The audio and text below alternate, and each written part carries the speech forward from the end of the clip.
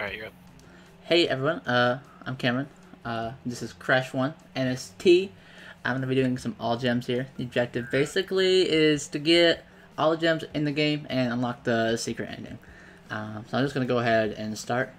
Count down from 3, 2, 1, then go. So 3, 2, 1, go.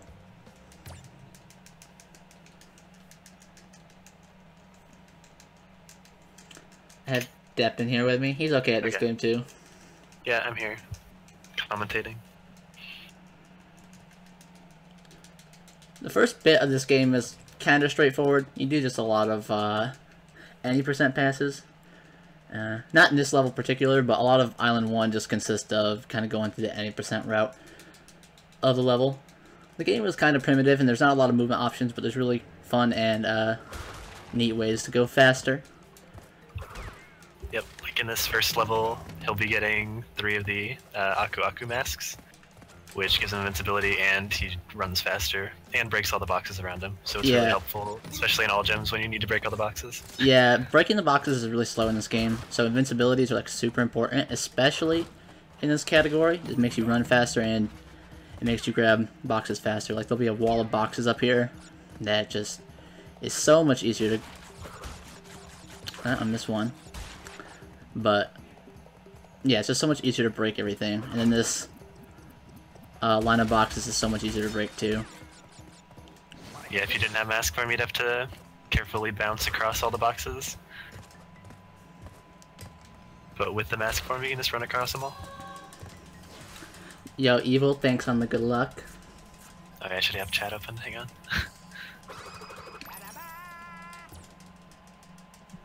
Oh yeah, so we reached the incentive. This was like the last incentive, but we reached it like at the beginning of the stream yesterday. He'll be playing as Coco once we're able to. Yeah, after Papu. After I unlock Papu, I can go grab Coco, and I play as her in every level that I can.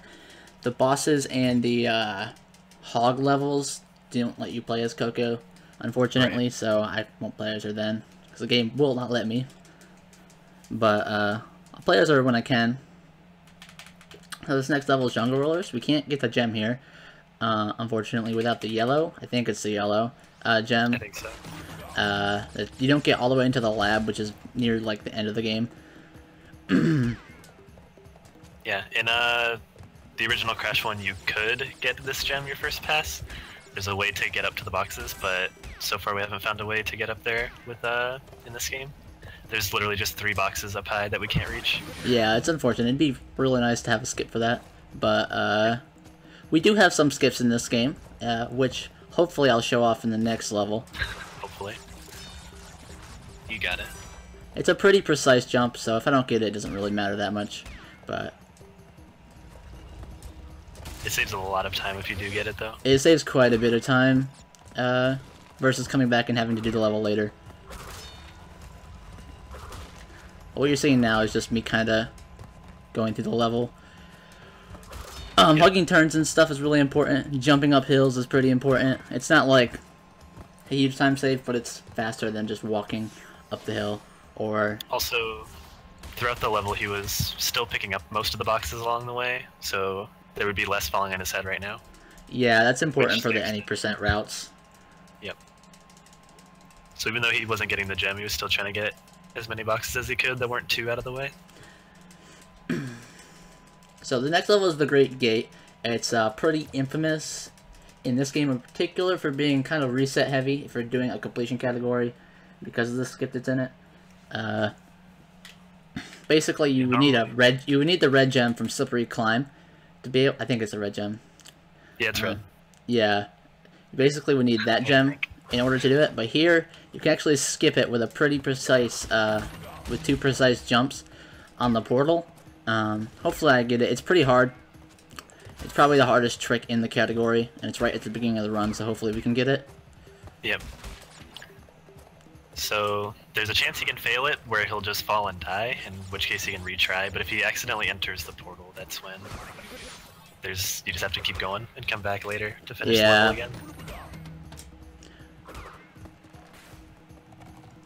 So also he has to collect all the bonus tokens, which are like the Tana face tokens. That's her name is Tana.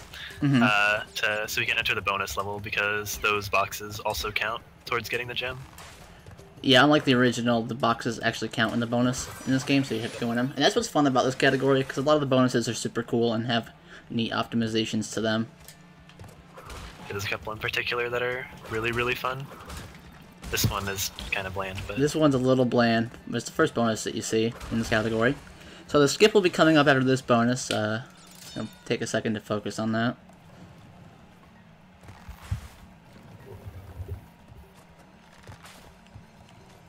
I'm gonna walk back and try that again, because I didn't get... Okay. I died and got shoes, but we can try again. I didn't get a very good jump on the first time, so hopefully we can get it again. Here. Ledged. Yeah, shoes, when I got Crash it, so I got it second try. When Crash falls to his death,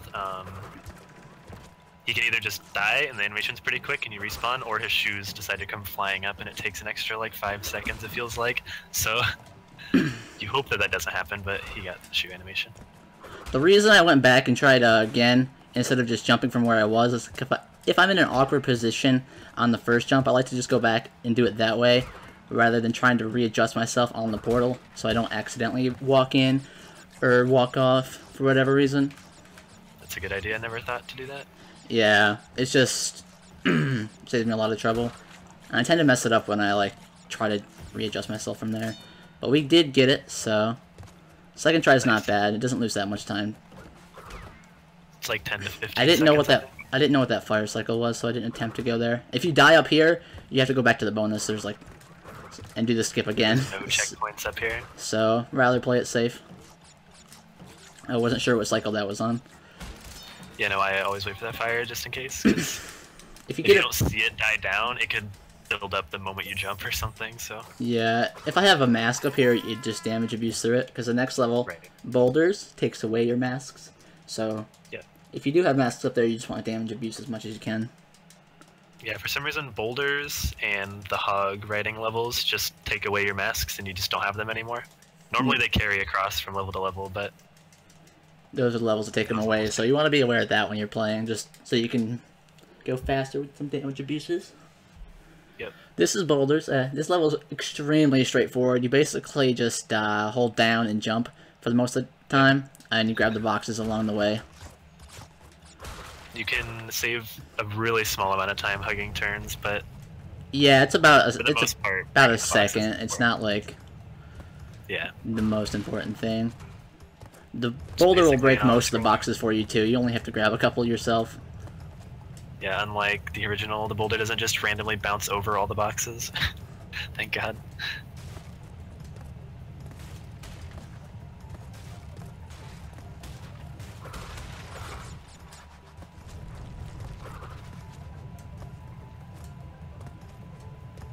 I think boulders is probably one of the more like famous Crash levels. Yeah, it's like, really when you think like of Crash, you think of boulders. Yeah, especially the original. You just think of I think it was in Uncharted, right? They had an Easter egg with Nathan Drake playing as. I forgot about that. Yeah. The level. You actually had to play the level. Yeah. I'm pretty sure.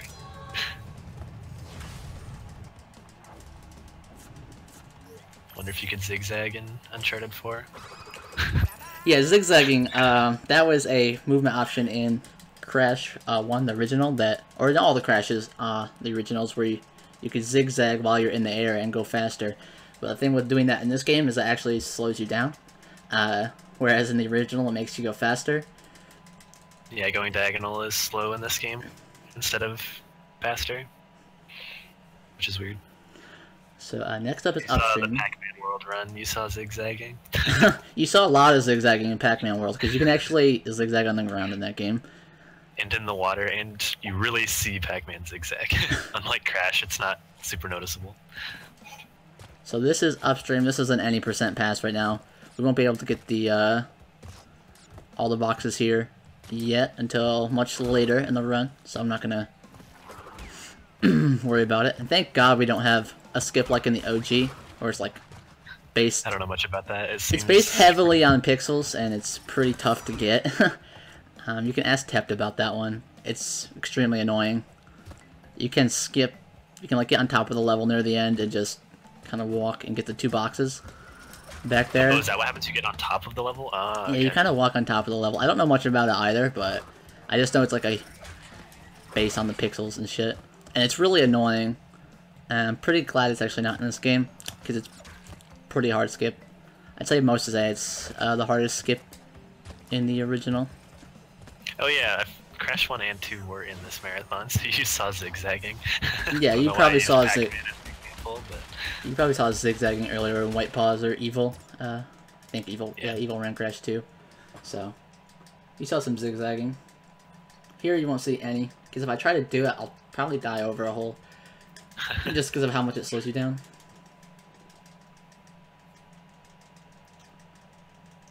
So next up is Papu. It's the first boss of the game. It's pretty straightforward. You just jump on him a couple times. Yeah, it's pretty easy to mess up, indeed. If you try to jump on him too early, you just bounce off of him.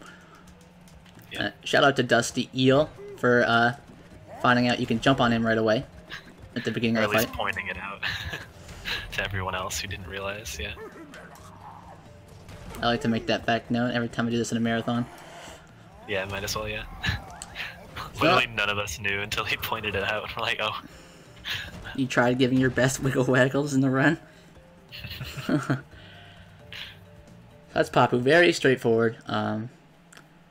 So after you beat Papu, you can unlock Coco. Since we met the incentive, I'll go over and grab her. Yeah. She's off to the side. It's going to auto-move me forward to Rolling Stones, and I'll walk back and get her. So playing as Coco doesn't, like, change a whole lot. It just changes how you look in the animations, mostly. And I don't think the hitbox changes, but maybe it's really slight. I am of the opinion that it's really slight, but I'm not sure entirely. Yeah. So it does just feel different, though, because you're not used to the animations, so... Yeah, it can feel a little different. We'll see how it goes. So this is Rolling Stones. It's another any percent pass. There's a lot of any percent passes on Island 1, because all these levels require some type of revisit. They require colored gems in order to get to the areas that have all the boxes, and almost all the colored gems are on Island 3. Is the handful on Island 2? Or is there just one? There's just one on Island 2, right? Yeah, Lost City. That's it. Yeah, and then the rest are on Island 3. Yeah, Evil Dust pointed it out in Crash Discord.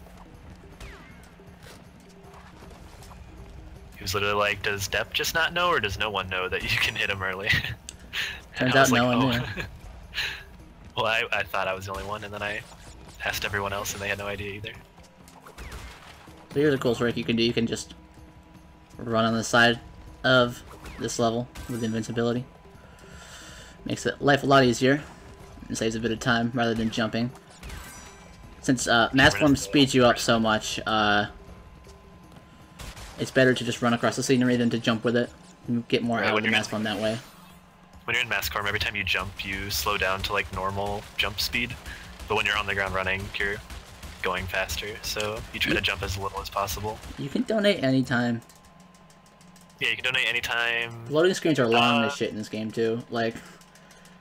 Well, yeah, that too. There's a lot of downtime if you mean like after the stream is over, if you'll still be able to donate, I haven't figured that out yet. I can let you know afterward. Yo, if you're wanting to donate. Thanks on the good luck. Here we go. So literally right after Rolling Stones, it forces me to switch to Crash because I cannot play this level as Coco. The best level, Hog Wild. So there's a bit of movement tech here where you constantly jump and you go a little faster. You'll see me do that a little bit. I don't do it as much as Depp because I'm not a psychopath, but I do it as much as I can. You just have to be careful not to jump. For some reason, if you jump and land on top of a box, sometimes it does not break, and in all gems, that's not good. So yeah, I don't jump as much in all gems because I hate when that happens. I guess the hog is weightless or something. I don't know.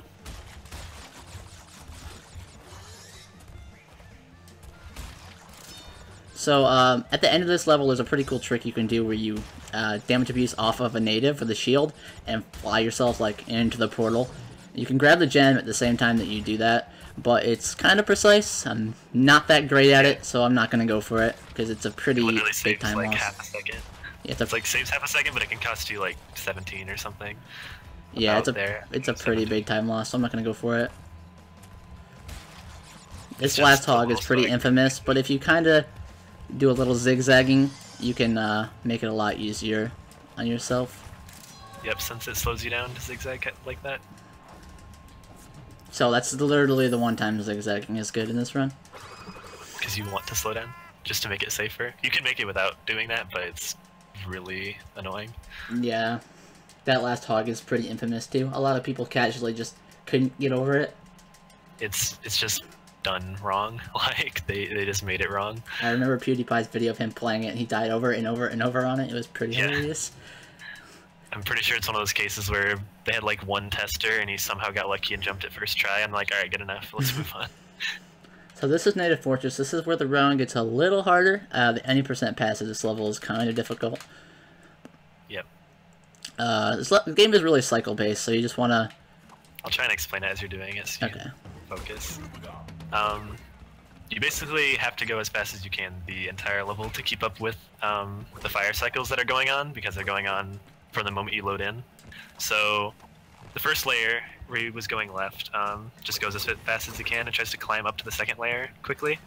And if he does, he can jump over a fire before it goes off, and he'll be able to stay ahead of all three fires. I was late, I think. Get to some TNT. I'll see. Yeah, I'm gonna wait. I waited that out because of... Yeah, I looked a little late. So he has one mask, and he'll get to a spike followed by some TNT, and he'll damage abuse on the spike so he can run through it, and then while he still has iframes from taking damage, he'll spin the TNT and run underneath the metal box in order to not have to wait on a couple spike cycles and breaking some boxes to get over them. Yeah, it's a lot faster. Like way faster. Doing it the other way is extremely slow. Okay, and then the very top layer, there's a part where if the cycles line up right, which we don't know if they will since he's had to slow down for these first two layers, he'll be able to jump across 3 flame pads in a row just barely instead of waiting for the third one. And if he does that, the rest of the cycles for the end of the level will line up really nice. Looks like I got it.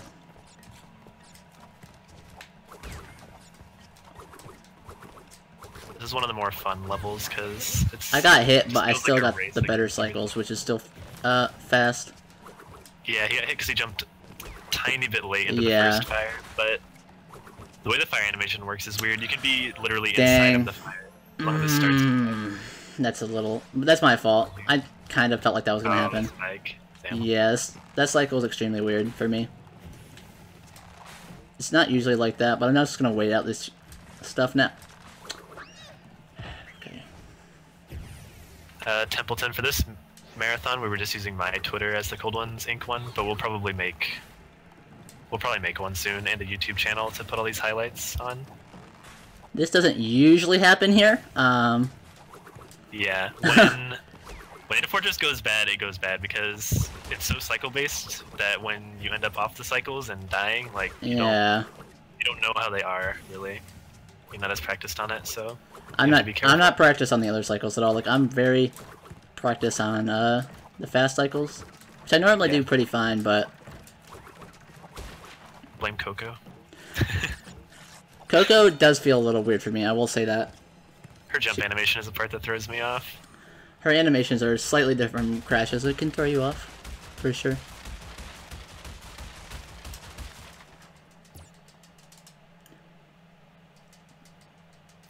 I guess I'll say, on the leaderboards, this game is done by loadless time. So there's a load remover that you use while you're doing your run. Yeah. So if you're comparing this timer to the leaderboards, just know that at least. I believe it does show the with loads time as well. Yeah, it shows both on the leaderboards, so you can see. It's like my time. I have a record. It's 1 hour and 43 minutes RTA, I think, something like that. It's done loadless because the PS4 Pro has way faster loads than the normal PS4. And any percent having a PS4 Pro just saves you 2 minutes if you included loading, and it's more than that for all gems and even more for 105. So It just makes it a more even playing field, I guess, to where you don't have to buy a pro to do runs. So we'll finally get to collect a gem again, here in Up the Creek. Oh yeah. This is a pretty, interesting level as far as the gem goes. It's not too interesting in any percent, but there's some cool strats you could do here in all gems. Yep. So there's one part where you have to backtrack, and you jump across a bunch of lily pads in order to get to the box you have to spin. But if you're careful, you can jump across every other lily pad, so half of them will still be left up, so you don't have to wait to come backtrack. But sometimes it can be hard to step on the lily pads you want, and you just have to wait for them to come back up out of the water. Jump on the... Thank you. I was a little slow there, but, The bonus in this level is also somewhat interesting. yeah, the bonus is pretty cool in this level. This is actually only the second bonus that we see in this run. Yep. We'll see a bunch later. Yeah, we'll see a bunch more upcoming. I hate that bounce box next to the TNT. I do that all the time. It can be awkward. When two boxes are next to each other and you're trying to jump on one specific one, it's a little weird in this game sometimes. How did that fish not get spun? What the hell? Yeah, the hitboxes are a little... Well... Normally I would do a little cooler strats there, but I jumped on the wrong box and I just decided not to. Yeah. You can do this thing called spin bouncing, where if you spin at the top of your jump, you can break 3 boxes at once. Normally I do that there. I messed it up a little bit, so I didn't bother going for it on 2 boxes. It's a little... For some reason I find it a little harder on 2 boxes. It's just me, though. Yeah, you'll see the spin jumping soon, though, in the Lost City bonus. Yeah, you'll see me do it there. Which is right after this next boss fight.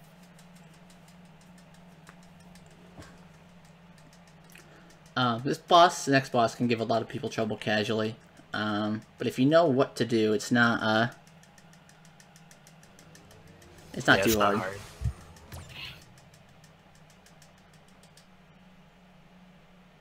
His name's Ripperoo. It's 2 words, not 1. And he jumps around on these 9 platforms, but each time he has a set path he always jumps on. It's not random whatsoever. Yeah, the TNTs that are coming down are also not random whatsoever. Yeah, it always comes down the same way. So you can always do the fight the same way. I messed up the second hit, I think. So yeah, okay, I still hit him. I still hit him, which is good. If you had 2 mass, you could just spin 2 TNT in order to damage him and not have to risk this, but he did get the second hit, so it was good. I kind of zoned out a little bit on the second hit, and normally I would go a little earlier than that, but that's... Yeah. He hit him still, so we're good. Yeah. There's a glitch with the very last hit on him. If you had spun that TNT a tiny bit earlier, I think it's like a frame perfect trick. It's a frame perfect trick, I'm pretty certain. Instead of Ripperoo jumping down to the bottom platform and then doing his death animation, he just does his death animation from that left platform, which saves like a second and a half. The loader mover is consistent for this run. It's very consistent, actually. Yep. It has hiccups once in a while, but it's generally very... When it first came out, it did, but he's really, really improved it. It doesn't ever... I've never seen mine stop when it shouldn't, or not be stopped when it should. So this is a Lost City. This is the first color gem in the run. Okay, jump around. There we go. So yeah, color gems, if you die after a checkpoint, you have to re-enter the level. Yeah, which costs a lot of time. Thankfully, it's not like OG where you have to re-enter every single level. Yeah. You only have to do that for color gems in this game. Now, if he dies in a bonus, it's okay. Yeah, if I die in the bonus, it's fine. So this color gem, even in any percent, you have to get this. So overall, I'd say this is the one we both have the most practice on, because I grabbed that mask because invincibility is super important in the next level, and the cycle lined up really nicely for me to grab it. Yep, and I think those are the only 2 masks in this level, so yeah, you want to grab those 2, the one at the beginning and the one there, and not get hit for the rest of the level if you can.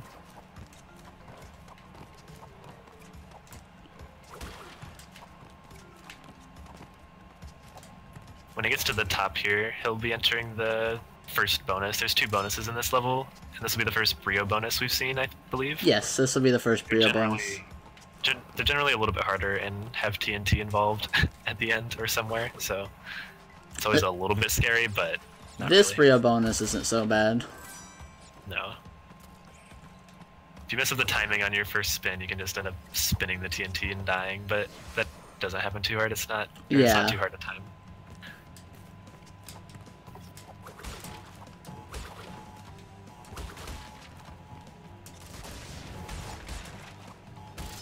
And when he gets to the Tana bonus, that one is harder. That one is probably one of the hardest bonus. At least to do fast, the Tana bonus is one of the hardest.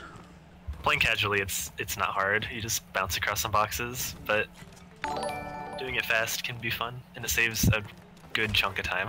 So, depending on how well you do it.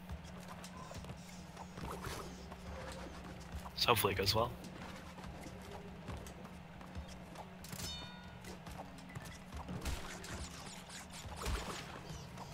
I waited that out just to be safe. Sometimes those lizard cycles are kind of almost different every time. From what I noticed, it depends on how you do the level, but those lizards are. Okay, that's a spin bounce. Yep. Enjoy this. That was a pretty solid bonus. That is much harder to do than it looks. Yes, it takes really a lot of practice. I've practiced that for hours. I've probably practiced that bonus like Same. Like a lot. I've just spent hours there just doing it over and over. I'm gonna wait on that gem because sometimes you can just literally walk through the gem and onto the platform without grabbing it with the way items collect in this game. For some reason it takes a while to actually spawn into where you can pick it up. So if you were just holding left and jumped, you might just walk straight through it and jump on the portal, and then it just says, great, but you didn't get the gem. And then you have to start over.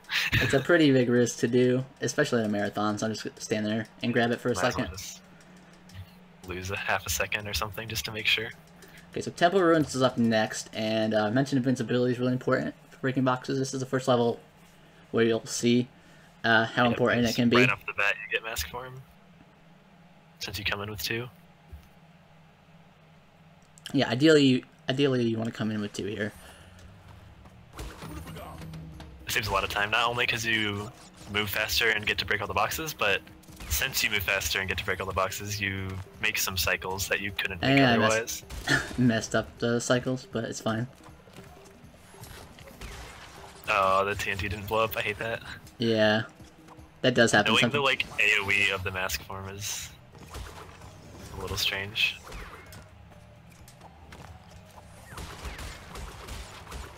But if you do the level like optimally, mask form versus no mask form, it's like 15 to 20 seconds depending on how you play the level. Yeah, saves a ton of time. This level is played a lot differently in this category versus any percent. Definitely. The second mask form in this level is, I would say, better. They're like more important, but they're both really, really helpful. Yeah, the second mask form is really good here. You just walk across this, you just walk back across. Unless you're me and for some reason you just slide off, even though you're using the D-pad and pressing L left and right. There I kinda waited that out. I could have made that cycle, but those rotating platforms are really scary. It can be a really scary thing to go for, so just wait it out. And invincibility is good in the next level, so I want to bring that over there. Remember that box? I like to forget that box on the right sometimes, because at any percent you don't get it. Any percent you just pick the left 2, because then you get to break 2, and then you keep going.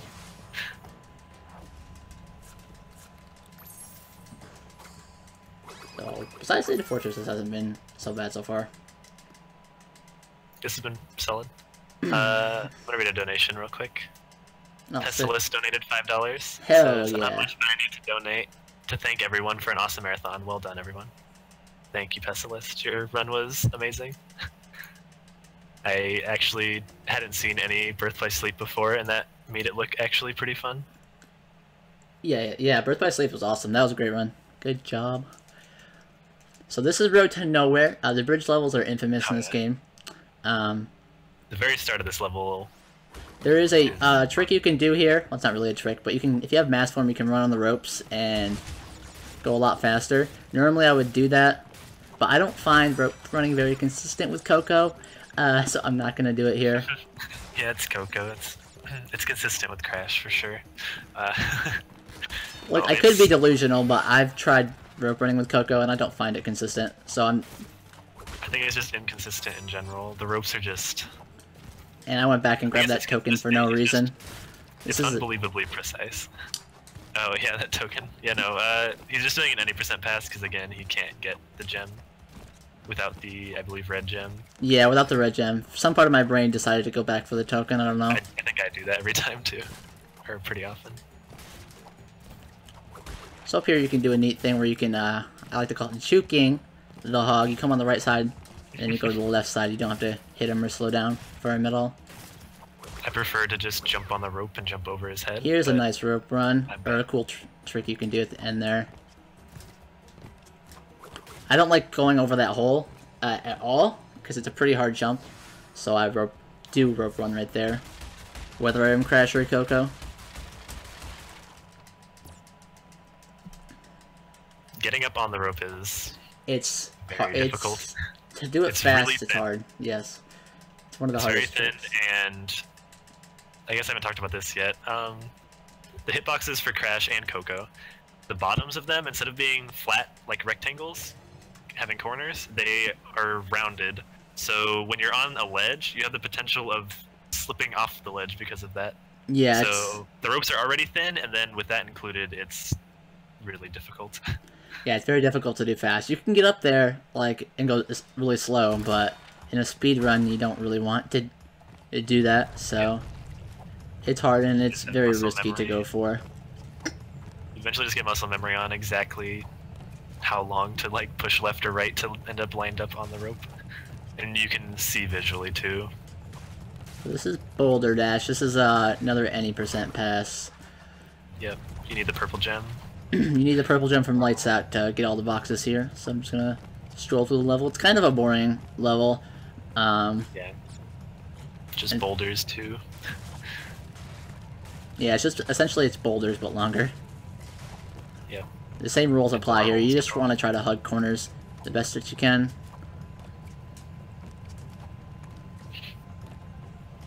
I really like Coco's facial animations here compared to Crash's.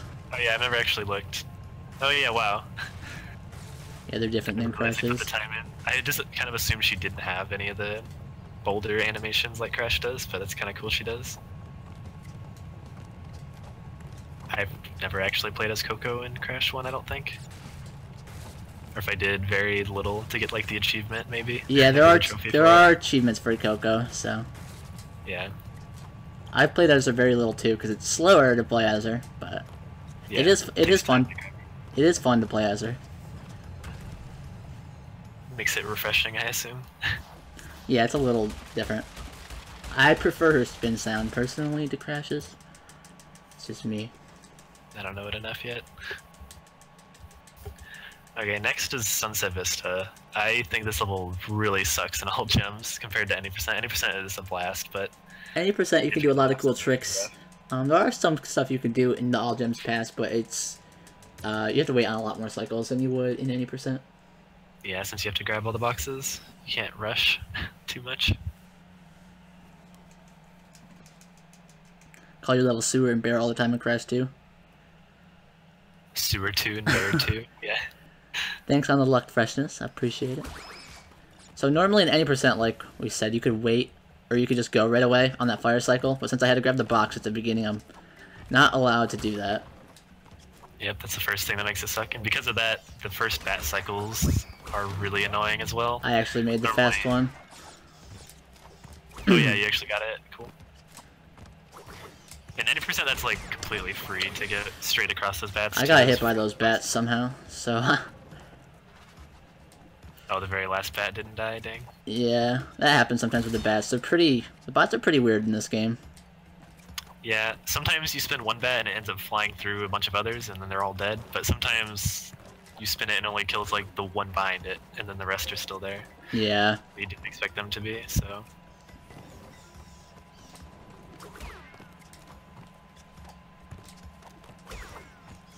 It's not really a whole lot to this level. In any percent, it's a lot more complicated with cycles. Yeah. But in this level, you're forced to wait on so much. Like, you'll see that actually up top. Especially up at the very top layer, yeah. I'm trying to think of what the bonuses are in this level, if they're any fun. There are two bonuses in this level, the Cortex bonus and the Taunt bonus. Oh yeah, the first Cortex bonus. The Cortex bonus gives you a key that you need to enter another level later on. I don't remember what... There's two levels that give you keys. I assume this one gives you what is it called? Is that what it's called? Whole hog? Yeah, I'm not sure if it gives you fumbling in the dark or whole hog, honestly. I don't know why I couldn't remember that whole hog was the right name. I don't play the level very often.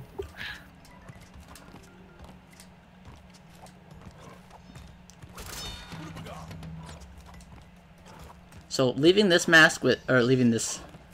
level with 2 masks is pretty important because the next level, heavy machinery, invincibility is very, very useful. So I'm trying my best to do that.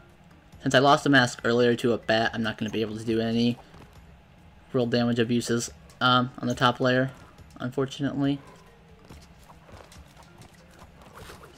So right there, you normally use a lizard to hit that exclamation point, but if you jump off the block scenery there, you can just hit it without any problems. It's also funny that you can just squeeze through these small little gaps in between the pillars instead of going through the intended like big opening archways. Yeah. Don't know if that was intended or not. I don't believe you could do it in some places, but not others. It's weird. Yeah, you can't actually do that in the original, if I'm not mistaken. I could be mistaken. You'll see it here when it gets the last Cortex token. Up ahead. So right in this section, there's a cool any percent trick that you can do. It saves a ton of time, and it's just not possible in this category. Since you have to wait on bonus tokens. You're able to skip waiting on all of those pusher cycles right there, but since he has to grab those 4 boxes, he can't. So this is the first of 2 Cortex tokens. You want to wait here and grab this key. Make sure you wait and grab that key, because you can actually leave the level without getting a key. I did that in a marathon once. Jaws, yeah. It just takes a while for Crash or Coco to collect things in this game, so best to wait on it and leave without it. Because if you leave without it, you gotta re-enter, because you can't re-enter the bonus after you completed it. Yeah, even if you left the key, it doesn't let you re-enter, which I feel like they should have thought of that possibility, but... Oh, that was cool. You spin across those top 2. Yeah, that's how I do it. That makes a lot of sense, actually. I don't know if that's the fastest way, but it's the best way that I've found. There's not much to that bonus. Like, the TNTs just blow everything else up. Yeah, both bonuses aren't very interesting here. These cycles, got lucky with how nice they were.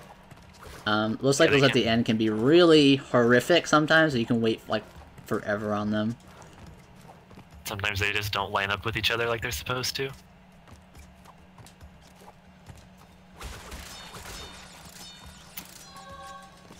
So, next up is Koala Kong. It's third boss of the game, and it's the biggest portion of RNG in the game. I'd say it's the only real RNG in the game, is this guy. So you can either save 10 seconds or lose 10 seconds on him, depending on when he throws the rocks and where the mine carts are located.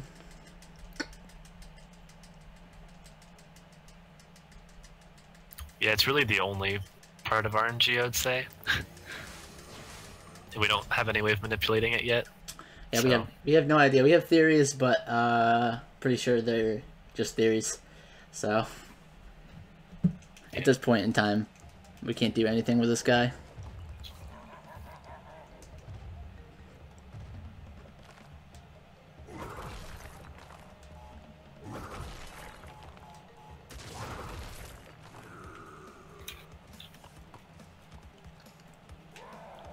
So he did a pretty good first hit there. You want him, ideally, to throw it as soon as possible, because he can go all the way to the left, and that takes so much time for him to walk over there. Or sometimes he will throw it early, and a minecart will be in the way. Yeah, you can spin them straight back at him. Yeah, you can like But kind if of. there's minecart in the way, you have to wait. It loses a lot of time to hit a minecart. It loses like 15-20 seconds to hit a minecart. So it's best to play it safe. Like right here, I had to wait on these minecarts. Just because they were in the way. Yeah, this boss is pretty annoying. It's a pretty frustrating boss, especially in any percent where like seconds really matter. Seconds matter here too, but Not nearly. It's not nearly as optimized as any percent is Right, yet, right. so seconds don't matter as much. just the only boss we don't really have a way of speeding up. Yeah, in the OG version wait, you can doing manipulate fast. it a little bit, but here you can't at all. Like Evil said.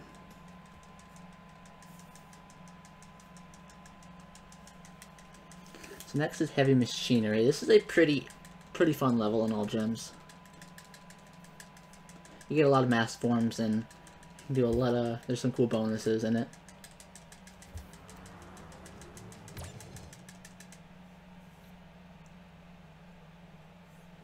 Yeah, this level is really fun in all gems, actually. The two bonuses are... One is really fun and pretty easy, the other is Annoying. somewhat fun and really difficult. Like, Yeah, not that- difficult, but it's easy to make a tiny little mistake and have to redo the whole bonus, and it's a really slow bonus. So, hopefully those go well. The rest of the level is really fun, too. There's So some, right like, there I little skip a hidden areas. mask because there's actually a mask down here, which is faster to get this mask form than the other one. Yep, you can just jump down there instead of going the intended way, which is pretty cool. Yeah, normally the intended way is like down there through those spike bots, but it's faster to just jump down there from where I did. And getting that mask form is better because since you get it later, you can take it further and break a lot more boxes with it. Yeah. And mask form, I don't know if I mentioned this, but mask form actually picks up the tokens for you right away, so it's even faster than not That too, doing otherwise that. you'd have to break the box and wait for it to get picked up.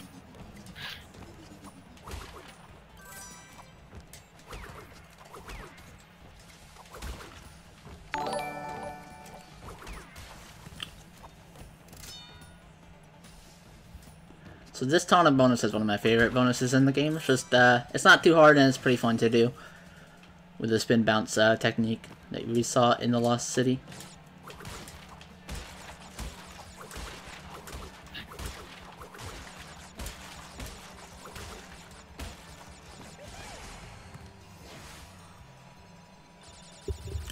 Pretty straightforward. It's not that hard. It's a good level to practice the spin bounces on if you're trying to learn how to do it. So for those spin bounces, they have a box beneath each one that you do to break 3 boxes.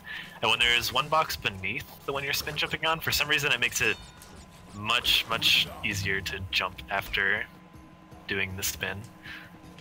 So it's a good way of practicing it, at least. Yeah, it's a very good way to And practice it it. makes the bonus look more impressive than it actually is. Yeah, it's actually not It's really that hard not to hard. do, but it is fun to do. Like, you don't even have to spin jump, actually. You could just spin and then fall down onto the box beneath it, but then you have to jump again anyways to break that box, so... This was the embryo bonus we're talking about. This, I know this gave a few people problems casually, just because, like, of depth perception and when to hold it's X or just not. a bunch of fairly precise box jumps, and you have to commit to each one because you can't go back. So... The very top layer is the part that's kind of hard because you can't see yourself for most of it, but you eventually get a feel for it. There's 2 particular jumps that are harder in it. The rest isn't that bad. There's 2 longer ones that are a little tough, but once you get those, I am not too worried about that one. It went well. And if you want to do it really fast, it makes it harder too, because some of them are close enough that you don't need to hold down X at all. You can just bounce and move right. But if you mess that up at all, it's bad. And doing it fast is good because you don't have to wait on the 2 platforms if you do it fast. As well Oh, as interesting, coming yeah. out of the bonus. Yeah, if you do it fast, you don't have to wait on those. Because Yeah, the cycles all those actually are- go during the bonuses. Yep.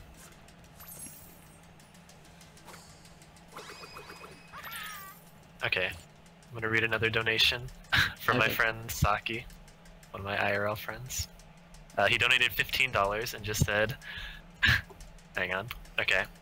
Crash Bandicoot, Crash Bandicoot, Crash Bandicoot, Crash Bandicoot, Crash Bandicoot, Crash Bandicoot, Crash Bandicoot, Crash Bandicoot, Crash Bandicoot, Crash Bandicoot, Crash Bandicoot, Crash Bandicoot, Crash Bandicoot, Crash Bandicoot, Crash Bandicoot, and finally Crash Bandicoot. Hell yeah. So, there you go, Saki. Is that what you wanted? This next level is a pretty important one in the run. This contains a fairly new skip that was found about a month ago or so. Oh yeah. Originally, this game only had the Cortex Power skip, but me and Mateus December, who's It only had the Great Gate. yeah, only had the Great Gate skip. Me and Mateus December found a skip in this level, where normally it would require the blue gem that comes from Toxic Vase, but here you can actually do this level on your first pass, which saves quite a bit of time, rather than having to come back and do it later. I got hit there, which is unfortunate. I got caught up on the stairs. Normally I wouldn't get hit there. Yeah, you can carry the mask all the way to him, but it's really tight timing. I don't usually go for it. I tend to get it. Yeah, this trick's pretty cool. I don't know if you would technically call it out of bounds. I guess you would. Yeah, you go a little bit out of bounds. I'm not really sure on it. But you jump up on the wall of the level. Yeah, you'll see me do that here. I'm gonna line it up. I'm gonna take my time to line it up here. Normally he would have mask form here, and he wouldn't have to be as cautious, but you can just damage abuse if you don't have mask form at this part. I'm gonna take it a little slow, marathon's sake. Yep, once you're up there, you can see Coco's shadow. Okay, we got it. You know how far away you are. And then you just jump, yeah. So that skips one of the gems you would need. Once you get to the end, there would be another gem to take you, but it's possible to literally just jump and make it, so... I'm playing pretty cautious in here, but I do want to keep this mask, these two masks. Yeah, if you were to die here, you would spawn at the checkpoint he last spawned, but you would have no masks, so you would have to die over and over to get a mask if you wanted to do this skip again. I'm not sure how I actually got hit there, honestly. Can't explain that one. Kind of like... That was weird. You kind of like went into the electric pole somehow. I don't know what the hell that was. There's spin bounces you can do at the end, but I didn't go for them. But that was a relatively good Cortex Power otherwise. Yeah, no, that was good. The fact that you got the skip, you've gotten both skips this run, so... Yep, I got both skips this one, and that's what the coolest, like, some of the coolest parts about this run is the skips that are in it. That the other games don't really have anything quite like that. The other Crash games. So it's pretty cool to be able to show them off fairly competently. Yep. Those are the only two getting gems the first pass that you normally wouldn't be able to get. We haven't found any other ones yet so far. So this is Generator Room. I'm going to play this level a little safe because it's a color gem and it's actually hard. And if you die here, you have to re-enter, which loses a ton of time. This is one of the scarier color gems, just because of the way the level is. It's just a scary level. You can die at literally any point, so...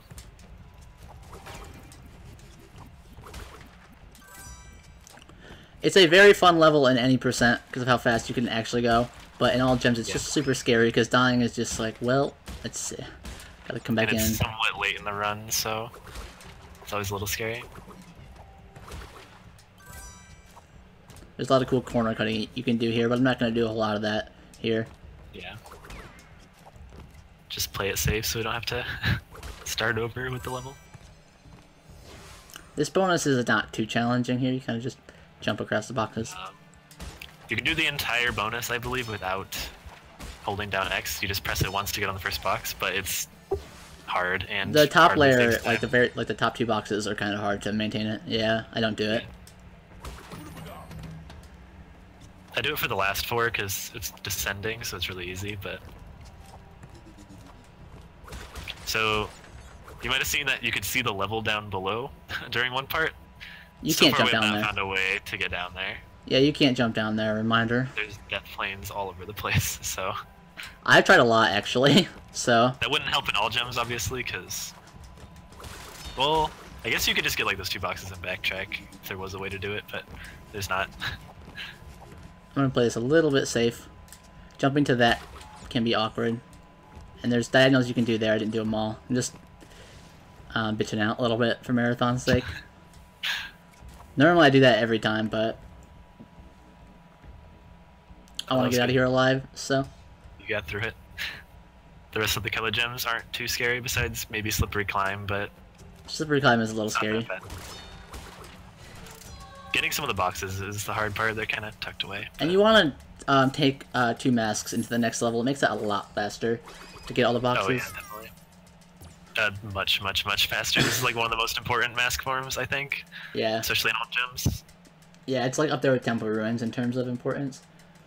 It just does everything good. You break all the boxes really quickly, and almost the entire level you get to just run without having to jump too much, which is really nice.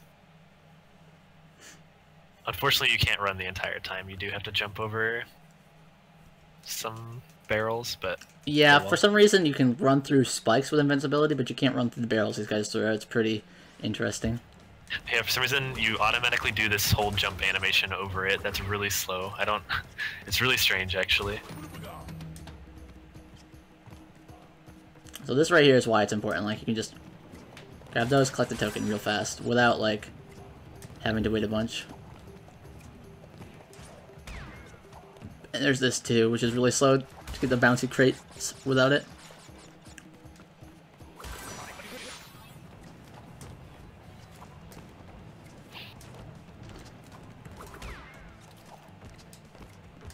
There'll be a bonus up here as well, and it's one of the lamest bonuses, I think. You'll see me damage abuse right there. It's faster than bouncing on the TNT by a couple seconds. And I don't need masks, really. Or there's no more masks until... There's no more important... And that one's not important to have mask form. I don't think it would help at all. Actually, it'd be bad, because there's some things you have to bounce on, so... Yeah, there's no important mask forms, again, until... we start backtracking. Castle Machinery. Oh, yeah, that's true. I'm gonna wait here a second on these barrels, to see where they are, because the cycles are kind of weird when you come out of that bonus, so I try to play it a little safe. Because, I mean, this is a colored gem, and if you die, you can't get it. That could be overlooked. This last guy is probably the one that gives the most trouble to anyone playing this game. Yeah. Because they're all bouncing, and it's hard to gauge where they're gonna land. Yeah, that level's overlooked a lot as far as, like, difficulty. It is a color gem, so while it's not a hard level, if you mess up, I mean, you have to re-enter.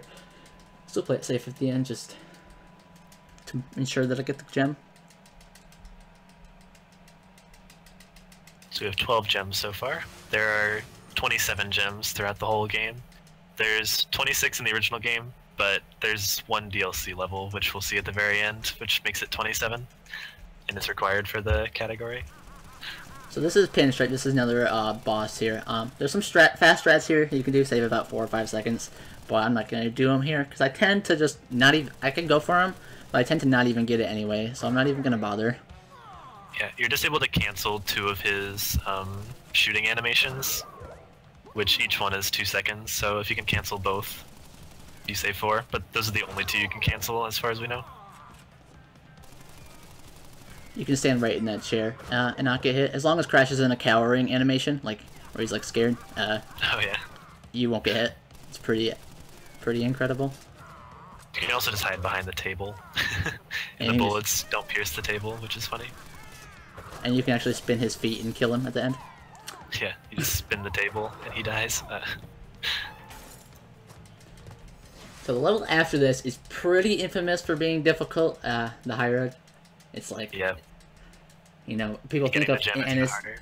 Yeah, people think of NST and they're like, oh, the high road fucking sucks. Which, I mean, it's probably the hardest level in the run.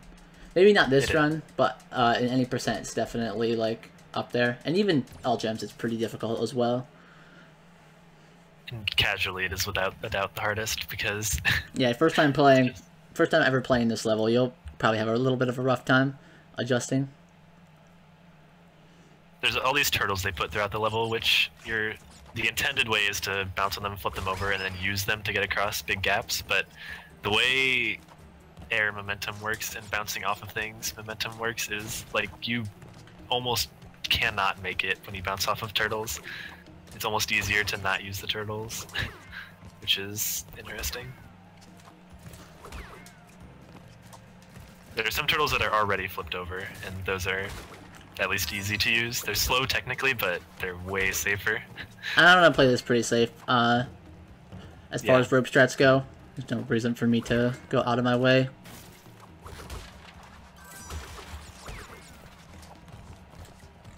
The bonus in this level is really, really cool, though. Yeah. I would say it's the second coolest after the Lost City one. Yeah, it's definitely one of my favorites to do. The bonus in this level is pretty tough to do fast, but it's like really satisfying to do. It's really cool to watch.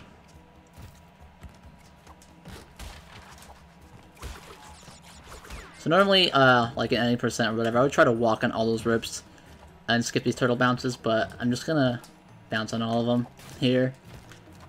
I'm not used to rope running with Coco. Yeah. But this is a bonus. Like, normally most people would just, like, jump across, like, and then jump back and get the boxes on the bottom. But you can actually get it all in one pass if you know what you're doing. Like that. Perfect. The timing is interesting because it's, like, basically the opposite of Lost City spin bouncing. Yeah. You want to spin the moment you bounce, you, like, break a box, rather than at the peak of your jump. And then just be careful to always be landing on another box. It's a lot harder than it actually looks. Yeah. It's also easy for just one box to not end up breaking, and you have to try and like bounce back and get it and not fall, and it can be a disaster sometimes if you just miss one. Yeah, that bonus is one of the bonuses that like requires my full attention. I have to pay like really close attention to what I'm doing. Yeah. I haven't seen it done like that quickly before. That was cool. Yeah, I'm pretty dang good at that bonus. I don't mess it up generally. Alright, Ghost just messaged me. He can do his Pepsi Man run after this. Hell yeah. Nice. We are gonna have Pepsi Man. So this is Slippery Climb. It's another colored gem. Which it's red, right? This is the red colored gem, yep. This is another somewhat famous level, or infamous level, I guess, when this game came out. The moment you finally beat High Road, you get thrown into this level, so...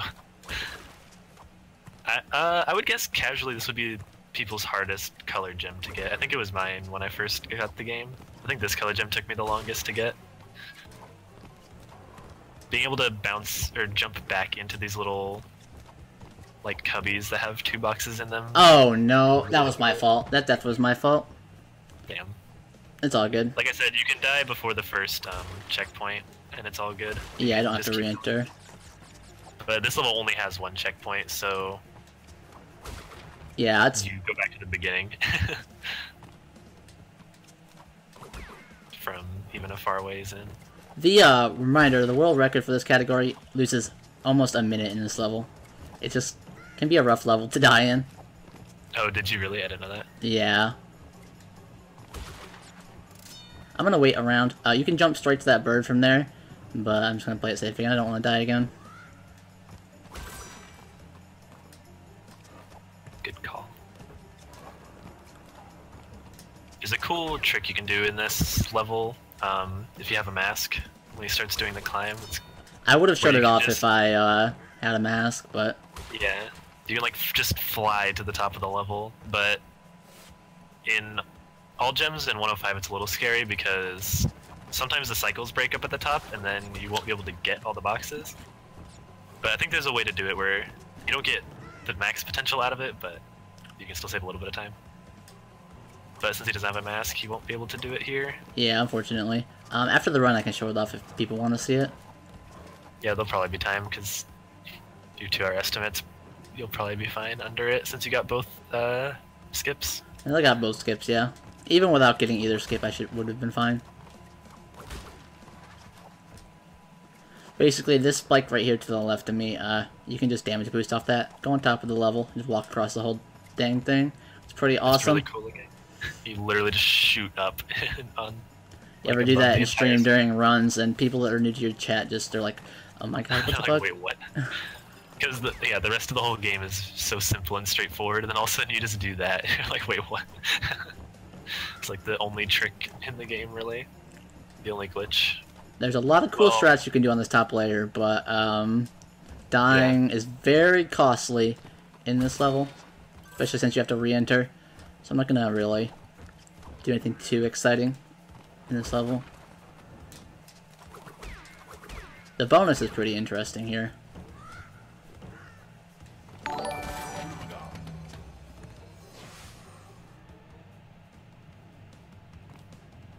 Okay, this bonus is a weird one. It's not too difficult though. The very last jump from the bounce pad, like to the exit portal, I remember being really difficult when I first played this game, but now it's... Yeah, if you don't hold I X, understand the physics of it, yeah, so. it can be hard. It looks, it's actually more fun to do than it looks. There's a lot As long of as you start jumping. holding right before you hit a bounce pad, you'll move right immediately after bouncing. You just have to make sure you're holding right before you bounce, otherwise you just almost can't make that. Nearing the end of the level here. Yeah, we're getting right here at the end.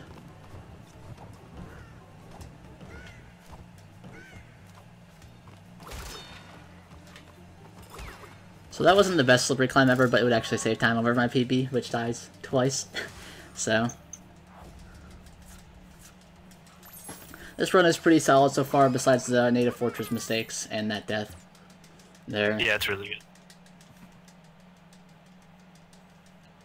Especially using Coco, which I'm not used to at all. I just realized I could have had the load remover going, technically, if I wanted to, but oh well. I just realized. That might have been confusing. I'll be able to compare against his PBs real time if it ends up being a really solid run. Which has been pretty solid so far. Definitely. Okay, so this is Lights Out. This is... We haven't been in an any percent pass in a while, so... This is another any percent pass. We can't get the gem here, which is actually a color gem. It's actually interesting that you need a different color gem to get this color gem. It's the only level that's like that in the game. Yeah, it's the only color gem that requires another one. You also, if you were doing the relic for this level, you actually need the colored gem that, is it yellow? That lets you get this color gem? Yeah, I believe it's the one from the lab. It's the yellow. Like, you need that gem in order to get a plat relic, because it's faster to take the gem path to that ending instead. I'm pretty sure it's impossible to get the plat relic without it. Just yeah, I'm pretty sure. Yeah. And if you do have it, you almost always get a plat relic, because it's just so much faster. And you can one-cycle it in 105%, where you grab all the boxes and do the relic at the same time. Which is pretty cool. It's one of the few cases where you can do that. But yeah, this level, I guess I should explain that Aku Aku is just acting as a light, basically, so if Cameron were to get hit and there wasn't a mask around, he would barely be able to see, if at all, depending on your monitor and TV, basically. Yeah, I can't see that well when I get hit, so... I realized recently if I turn the lights off in my room, I can still see the level even without Aku Aku, which is funny. There's two levels like this. This is the first. The other one's a little bit harder than that one. There's another. I don't think I mentioned it, but at the end of each level, there's like the boxes that fall on your head. If you actually hold X, like before they start falling on your head, they fall on your head a lot faster than just letting them fall one by one. Yeah, that's something a lot of people don't realize. When I first started running the game, I didn't know that either, which is I found that out. I'm like, wow, that saved me a lot of time. I think I like accidentally found it out when I was playing. I was just kind of like tapping X randomly, and I noticed some were falling fast, and I couldn't figure out why. Eventually realized. So this is Jaws. This level is pretty cool. This also contains 2 bonuses, and we get the second key from Cortex here. Should have missed a donation, apparently. You can read it. It's okay. I will, because it's a $50 donation from Chad. Oh shit. Hell $50. yeah. So we passed 500. That's fucking crazy. That's so Chad, insane. That's so awesome, Chad. He just says yeet. Hell yeah, Chad. You're the best. We actually raised over $500. That's absurd to me. So that's right amazing. Here, I'm going to take 2 damage abuses, because during the gem path, you get mass form during it, and I want to get the most optimal mass form, so I'll try my best to take damage before the path. Ooh, I never thought about that. Yeah, make sure you, if you're going to do that and spend the TNT, you have to grab the Cortex token before. Yeah, I've actually done it the other way before, where I spin that in. Same with the second Cortex token. You do not want to spin the snake into the boxes, or else you can't get it. Good reminder.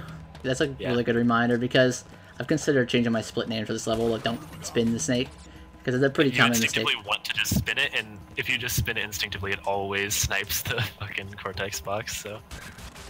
Yeah, I'm just gonna jump on his head just to ensure I get that token. A lot of people miss that token, too. It's like...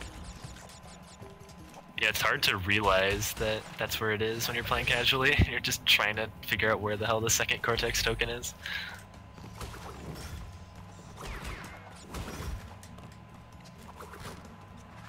It's pretty important to take masks out of this level, at least one, so you get invincibility and castle machinery. It's really important there. There's a cool arrow cycle skip you can get there, but I just want to make sure I keep the masks for the next level. Since it only needs one mask, there's a good damage abuse you can do. I don't actually know if it's that good in... Is it helpful in...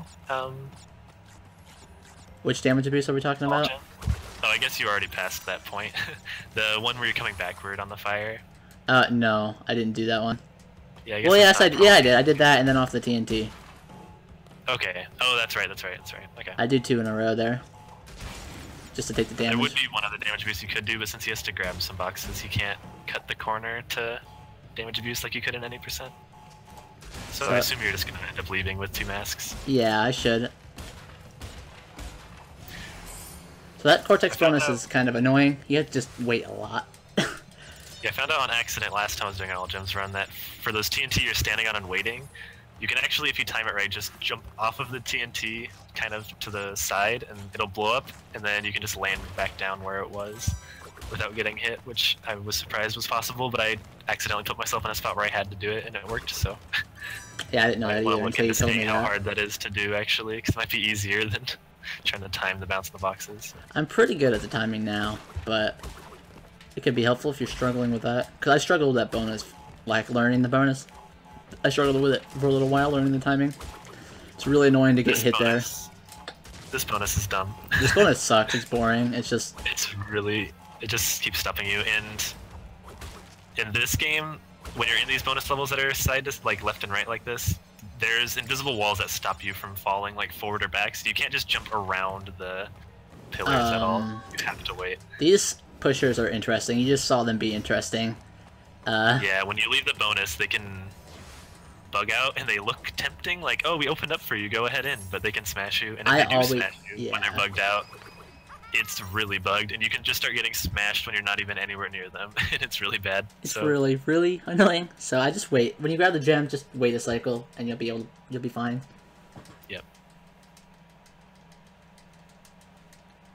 I usually just kind of wait after I leave the bonus, if I remember, and just stand still for a second, and that usually stops it from being buggy, but smashers specifically are really odd in this game.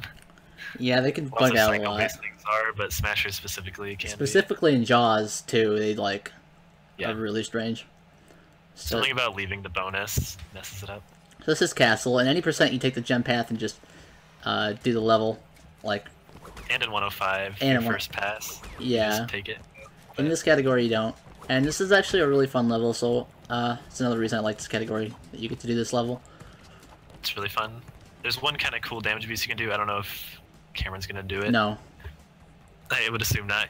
If you mess it up, you end up dying and having to start from the beginning again. But you can actually jump over a whole like wall and just barely squeeze under a death plane, and you end up just saving like 2 seconds maybe. But yeah, it's not that great of a time save, and it's extremely it might be faster than the mask form, but like it's extremely dangerous. Yeah. And there's a cool out of bounds here you can do, and skip like half of the level, but it's not good in any category, which really sucks. Yeah, it's only good for the... Well, you can't even do it in time trials, actually, so... Yeah, you can't. It ends up just not being helpful anywhere. It's really unfortunate, because it's a really cool out of bounds. But this is the mask form you really want, because you don't have to wait on any of this crap. You can just run right through it all. Yep, it's really, really good.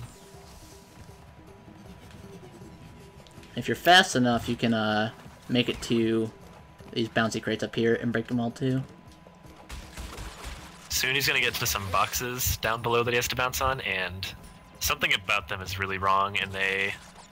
Sometimes you can just be lined up with them, but just slip behind or in front of them, so hopefully that doesn't happen here. You can also soft block on those boxes, yeah. You You end up falling and just not dying, and you're just stuck down there, and you hear the falling animation for a while, and the falling sound. Hopefully that doesn't happen. That'd be funny. It's actually never happened to me. I've never had anything bad happen to me on that. I think I've only seen it happen to Kane, and it's happened like twice to Kane. He just manages to get that. Yeah, Kane Apaki actually. Shout out to him because he really like laid the groundwork for this. I mean, this category. For this category in particular. This category, basically, yeah. Yeah, he's like the founder of this category, which all I did basically was just build upon what he already found. Especially anything in like a bonus level, he spent a lot of time trying to optimize bonus levels. It's really fun. Yeah, he's a really cool guy. Really cool guy. He's been around the crash scene for a long time. Way longer than either of us. Yeah, that's We're his both very new. Profile. Go follow him. He doesn't really run NST much anymore, but he's a really cool guy. Really cool. He runs lots of random stuff. It can be really entertaining. Okay, I think we got. Let me see. No, I just forgot what our total was at. I thought we got $10 more, but no, we were already at 520, which is insane. Yeah, it's awesome. So awesome. The next boss is Embryo. You can a really cool fast strat here. It's pretty easy to do. Depp himself actually found it. Just messing around in the boss fight. Yeah, I was just kind of going around to some bosses and seeing like if I could think of anything we hadn't tried, and you'll see when he gets to the second phase where Brio. Well, you'll see. I won't spoil it if you haven't seen this boss fight before. The first phase is really, really boring. You just slowly wait for him to mix some potions and then step to the side when it's a blue one. It's definitely my favorite boss, though, overall, I think, just because of the stuff you can do in him. Yeah, the only part that sucks is just how long he waits between throwing potions. It's a little annoying.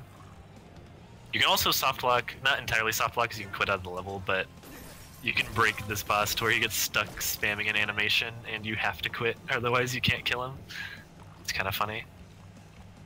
Okay, so Brio is going to become the Hulk here in a second. Yep. Or maybe he already did. I don't know about the delay. Oh yeah, you can walk really slowly to dodge the potions as well. It's pretty funny, yeah. So yeah, this strat, I just decided, I wonder if you can just stay on his head instead of jumping on his head 3 times, and it turns out it is actually that simple. Yeah, like just, look at this. This is the stupidest looking thing ever, but you can do it. You just stay on his head. There's a weird hitbox that's just kind of always there, and you can just run on it. And then he falls through the window without breaking any of his stuff, so... Normally he would break everything and all the desks would break and the wall would break, but for some reason he just goes through it. Thanks on the good luck, Sora. Sis? I don't know what you like to be called. Oh wait, I can't use that emote while I'm logged in as Cold Ones Inc. Oh well. I'll put it in. Thanks, man. That's my emote. It's a pretty good emote it's a pretty good emote. If you want it, you can sub to me. Sub to Cam. So this is the lab. This is the one of the last color gems we're gonna do. It's a pretty straightforward level in this category. You don't have to do any insane cycle skips or anything. You can just kind of go and collect the tokens. Yep. And then the bonus is really dumb. Yeah, the bonus is one of the more like stupid stupid bonuses in the game.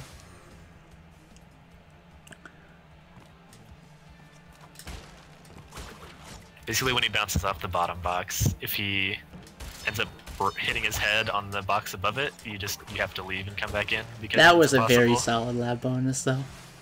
So. Nice. Yeah, you get a spin jump on the middle 3, and it's nice. Yeah, Keyblade, we passed 500.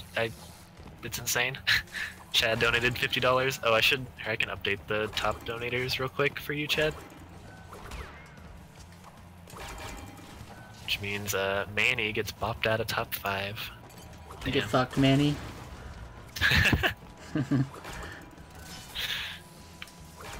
You'd only have to donate like $2 to get back up. I'd have to go back and remember how much your total was though, since your donations are split into 2 for some reason. I'm gonna wait right here. I wasn't sure what that cycle was at. I think that was Chad's first donation. So I think it's just 50. right beneath Master Train with So the 5001. There's a thing you can do in any percent where you jump off the very last TNT and come here and just go to the register at the end. But in all gems, you have to wait for the TNTs to blow up to get the gem. So it's not a trick that's worth doing at all because you could probably spin jump the TNT, but I've never thought about it or tried it really. I don't think you can spin jump TNTs in this game. Not that I'm aware of.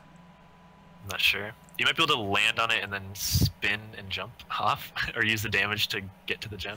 Oh, you mean if you had a mask? Yeah. Well, yeah, if you have a mask. I'm trying to think if you need a mask farm soon though.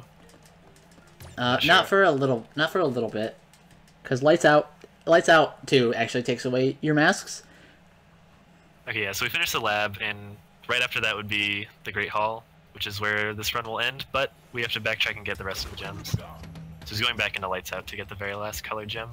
It's cool when you enter this level with 2 masks. You actually have golden masks there, but it goes away when you get the box, which kind of sucks. If for some reason he's just gold, I assume it's something to do with he starts with like the base Aku Aku of 2, and then they add the like glowing effect on him. I kind of wish it stayed because it looks really cool, but yeah. Unfortunately, it doesn't mean it's like a permanent light or anything. That would be really cool. It's probably just an unintended thing, because the moment you break a box, he just goes back to normal. And I believe you end up leaving the level with only 1 mask as well. Yeah, you can take masks out of this level, but like it basically takes them away when you enter. What if you entered with 2 and then you just played the level in the dark? Would you leave with 2? That's a really good question. You can't do that in this category. Maybe any percent you could. Yeah, because you have to break the boxes, but that's an interesting thought. I don't know if that would help with like a mask form later on, potentially. Jaws of Darkness would get one. Oh yeah. If that was the case, I'd be interested to see that. But yeah, you also come out of Slippery Climb because you have to do damage abuses there, or walk on top of the wall. So probably isn't worth finding out. That's true. Yeah. Oh well. It's an interesting thought, though. Yeah, it wouldn't help in any categories though. Oh well. I might test it just to see, but. Jordan, did you say time to donate $54? Hell so yeah, Jordan. Be, number 1. So this is Fumbling in the Dark. We unlocked this level with a key earlier on. This is like the harder version of Lights Out. Yep. It's really annoying. It's the gem isn't horrible, actually, but it's not a very good level.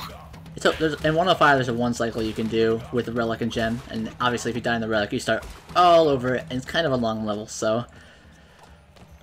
Yeah, it's a 1 cycle, but you still have to play the level twice, because you have to beat it once before the Relic shows up, unfortunately. But you can just beat it any percent instead of beating it with the gem. You can also walk on a lot of the scenery in these levels. It is faster, there's like a lot faster strats time travelers do, but yeah. I don't really do anything with it because it doesn't save enough time for me to like worry about doing it. Yeah, especially in a category like this. Yeah, Cameron's been focused on this for like what, 2 months now, probably almost. Yeah, I've been running this category for a little while. It's been 2 months since you PB'd in any percent. About. Yeah, it's been a little bit since I've PB'd in any percent. But in this category, this record is fresh. Yeah, this record is pretty fresh. It's my favorite category, NST as a whole. I think it's the best one. It's really fun. I'm gonna start focusing on it soon, but I've really only been seriously trying to do attempts for like 3 days now, or I guess a week. It's a fun category. Come give me some competition. I don't have any. After the marathon's done, I'll start focusing on it. Also, just all throughout January, probably. So right here, the mask intentionally runs out. You can just 3D jump around that and not have to wait. I used to wait there, but I don't anymore.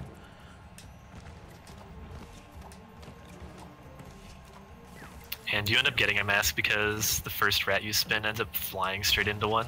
Yeah, it's pretty awesome the snipes you can do in these levels that pick you up masks. Yep. Nice, first try, easy. It's not that bad once you like know the cycles, no, but it can be frustrating if you don't know it. Your first time playing this level, the way they set up the like guillotine cycles, you don't realize they're there until you've died to them once, which is, unless you just wait, but it can be really frustrating to figure out. So next we're gonna be able to do some revisits. Gonna go straight to Boulder Dash. Oh boy, Boulder Dash again. Yeah, it's really exciting. I know you couldn't wait to see it again. This time we have the purple gem, so we can actually get the Keyblade, gem you have to here. beat the game. I haven't read chat that much. I do apologize for that. Keyblade, you gotta beat it.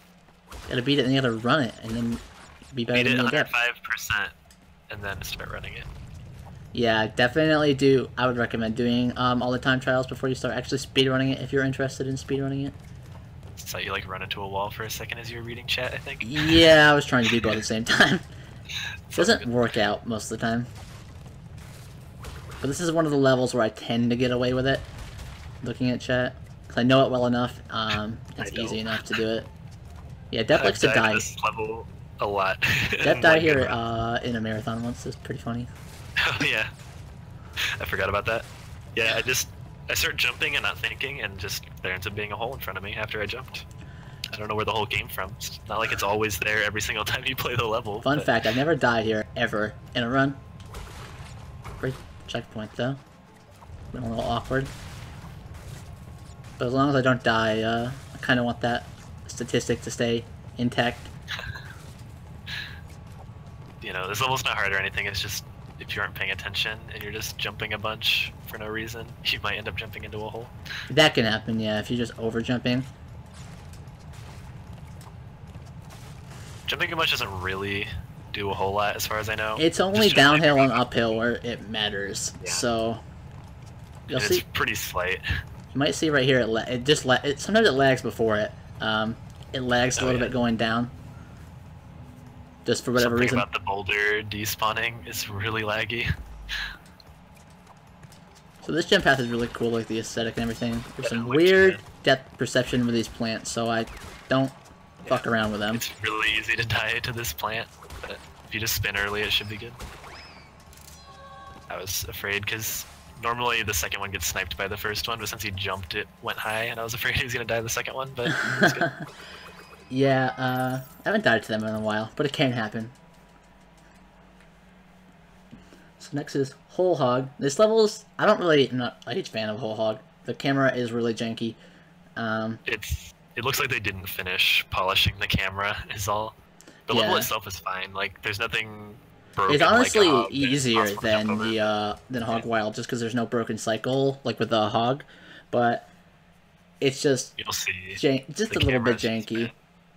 And like the movement from Hog Wild where you jump a bunch, how it's faster, I don't do that in this level just because of that. It makes me feel a little sick to my stomach. The camera's really choppy. The camera's really choppy, and it's like at a weird angle compared to Hog Wild. Like it's way up higher, somewhat. So it's, I don't know. Yeah, for some reason, just me personally, like choppy cameras or like just cameras in general in video games sometimes give me like a really nauseous feeling. So I don't. That's how I am. And jumping enhances that, I found, because of how the camera works with the jumping. So I don't. Yeah, that's true. I don't jump in this level. It's not worth me feeling sick over.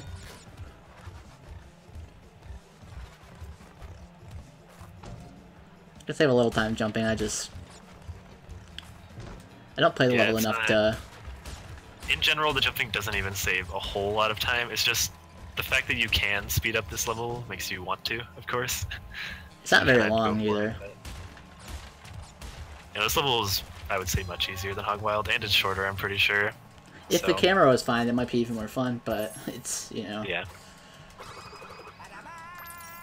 It's alright. So next up is Road to Nowhere. This visit is pretty cool. Yeah, getting the gem Road to Nowhere is nice. It's a lot more interesting than the first pass, for sure. Before Cortex Power Skip was found, you'd actually ideally want to come in here with a mass form at the beginning, but since Cortex Power Skip was found, that's just, well, the way the routing is in this game, it's impossible to bring mass form here now, unfortunately. I believe you'll want to leave this level with 2 masks, though, right? No, I don't leave this level with 2 masks. Okay. I leave it with 1 optimally, but I do not leave it with 2. Okay.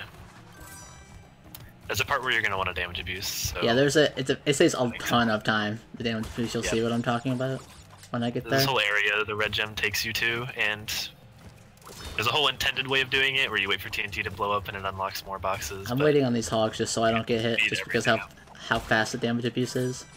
Yeah. Waiting a little bit on the hog is much less time lost than what you'll save from using the mask. This gem path is really cool. It's one of my favorites with the damage abuse. Yeah, it's really interesting the way it speeds it up. You can explain it as you're doing it, I guess.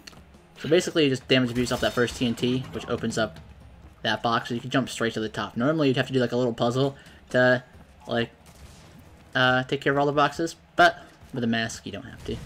It's pretty. Normally, nice. you would start having to go all the way back to the very back TNT, and then that would open a box all the way back at the very beginning, and then you go back to the middle and have to go all around. But when you damage abuse, you just go from left to right and then trigger the TNT and leave. It's much better.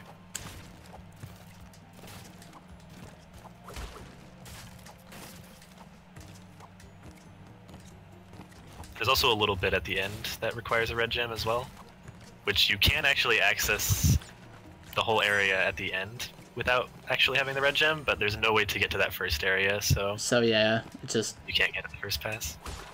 That entrance to the Tana bonus, by the way, you can't just walk onto it because it's raised. You have to jump, and depth perception and that pillar being in the way makes it really easy to just jump and die. The first time I played this game, I just walked over there and I just died because you actually have to jump to it. It's pretty interesting.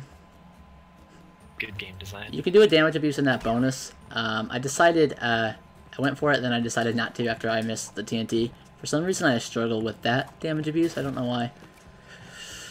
It's a little weird. I almost never have a mask to use there because I'm bad, so I never get a chance to go for it. Same.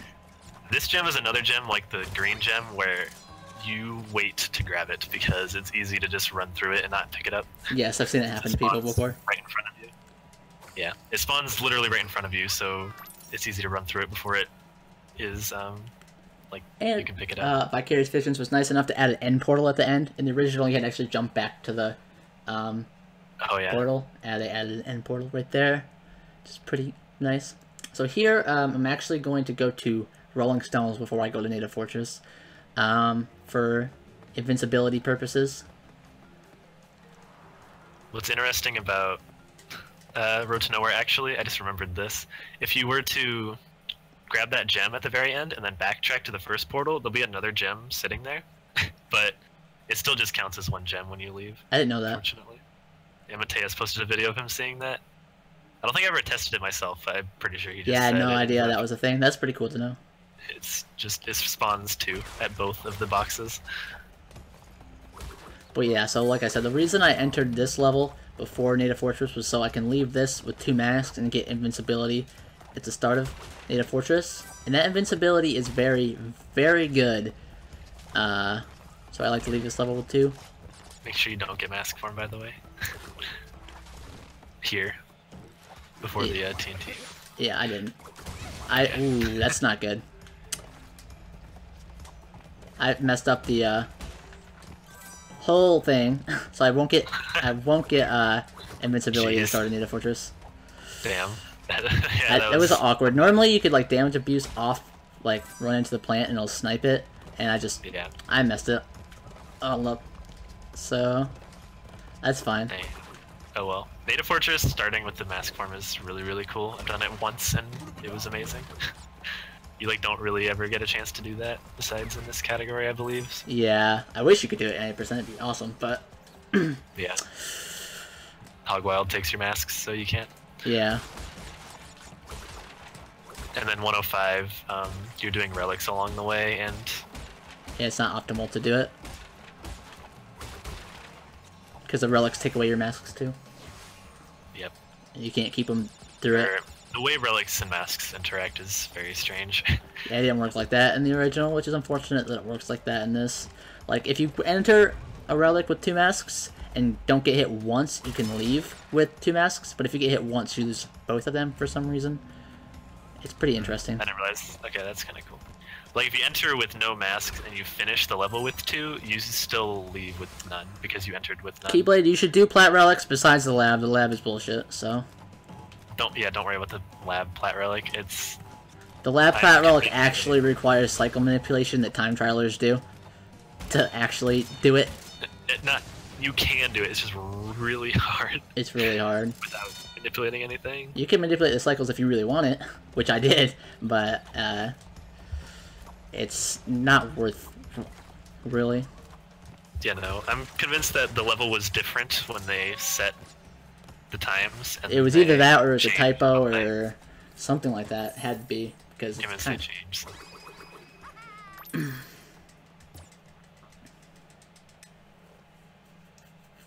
Vo in Cameron's chat, Mateus in Cameron's chat, both really good Crash 1 runners.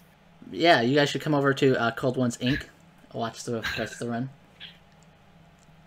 Layout looks a lot... Is the one who helped, yeah, the layout looks better over here, we promise. Yeah, Mateus is the one that helped Cam find... Well, he was the one that first started finding things, I think, in Cortex Power. Yeah, me and Mateus... was able to figure out a way to make it work. Yeah, me and Mateus worked on it together. Really awesome, dude. It's one of the cooler things in Crash 1 NST, I think. Yeah, it's so awesome. It saves so much time.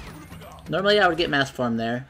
I messed up Rolling Stones though, which is fine that I don't get the mass form. It just saves a ton of time.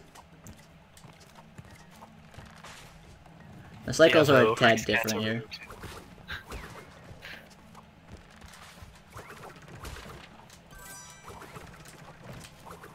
Interesting. I don't think that was my fault.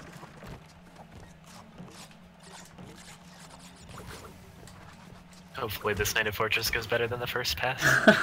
The first pass was a little embarrassing for my standards. Since I play any percent all the time, I should be able to...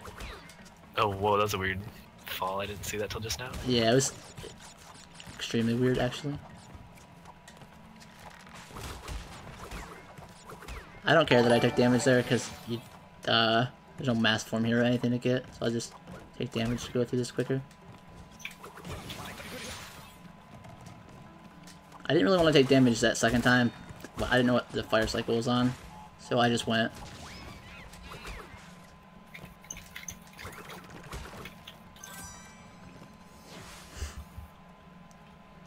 So this bonus is a really hard one. Native Fortress. Really tough. Definitely the hardest bonus. I actually give that to Jungle Rollers, personally. True. Yeah, we'll see that one. Yeah, you'll see Jungle Rollers. It's really back-breaking difficult, honestly. It might be harder than Stormy Ascent.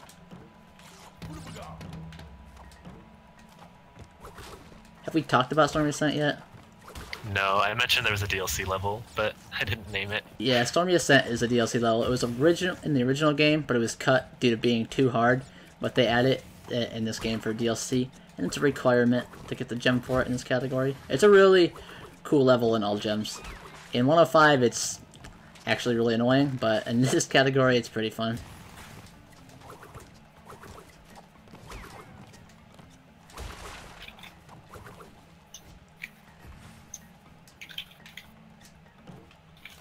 So this section of the game is very annoying, actually. It's just not well designed.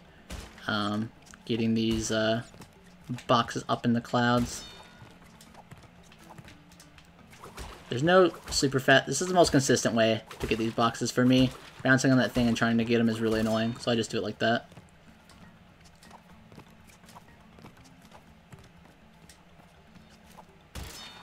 Sorry, I was muted for a second, messaging Ghost. And then you can just fall back down right there. You're fine. Oh, yeah. I haven't seen the quick way of breaking all those boxes, actually. That's the best way that I think I can do it without, like, messing it up a bunch, trying to use the bouncing pad to do it.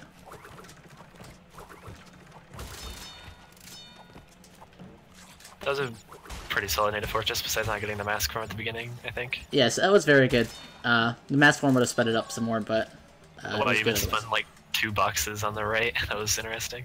Yeah, it's a neat little optimization you can do. Generally, the game doesn't give you 2 boxes right there, but it actually gave me it, so it's nice. Usually it'll give you 1. Boxes is really weird. Alright, 3 gems to go. Yep. Almost done. Next up is Upstream.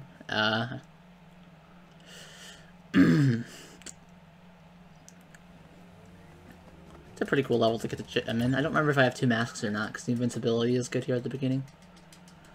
Yeah, it's really good. I don't remember if I have 2 masks though, so we'll see if I get the invincibility or not, I guess.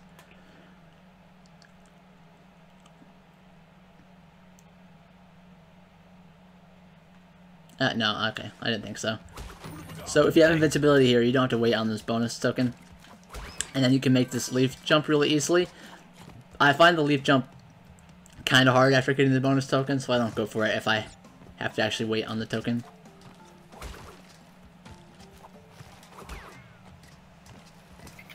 With invincibility, it's extremely free because of the boost the invincibility gives you.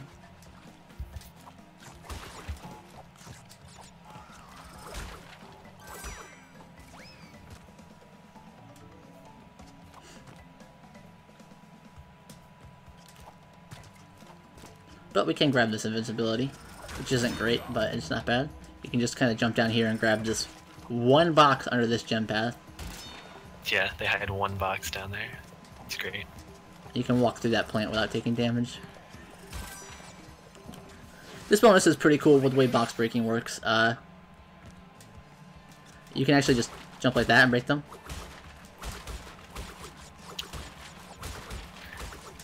This bonus is a little strange to optimize. Yeah, it's kind of cool. I like it, but it can be awkward if you're going to do everything like right.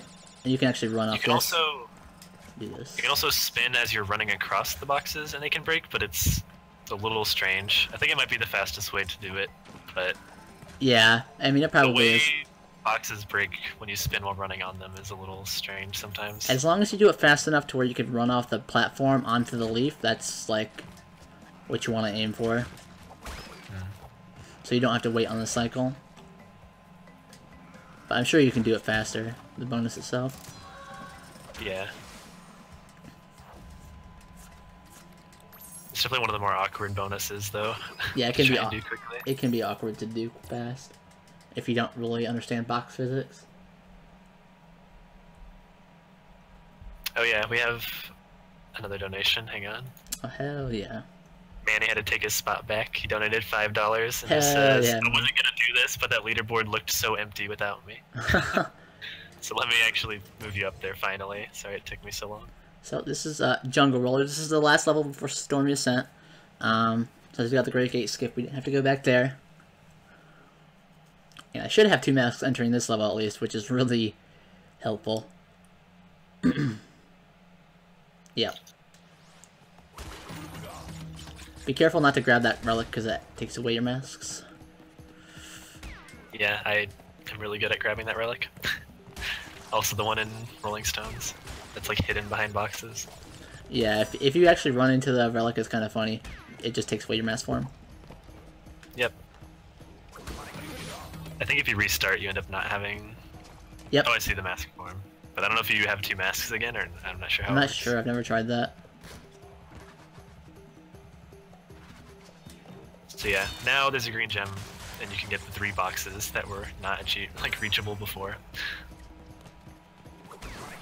The mask form is really, really nice. It's very good, yes. You don't have to break all 3 boxes or that wall carefully, you just go. They all break. Mask form is one thing that I think they did really well in Crash 1 at least. Yeah, it's very helpful in Crash 1. The other games, it is useful in spots, but it's definitely the most useful in this game. Yeah. So like I said, that Jungle Rollers bonus, I almost messed that shit up, because that's really hard to do. Did I type a 1? Sorry, Manny. Mr. Manny 610. Whoops. Again, I got a new keyboard recently. I'm bad. Yeah, Val, you should try all gems. That would be fun to see you do that. Definitely. I'm going to be focusing on that for a while soon. It's mad fun. Alright, 1 more gem. You know what that means. Stormy Ascent time. You know, pretty infamous. Luckily, infamous there's a portal there, which is cool. Yeah, they added a teleporter in this game, which I'll use right now. You go straight to Stormy Ascent.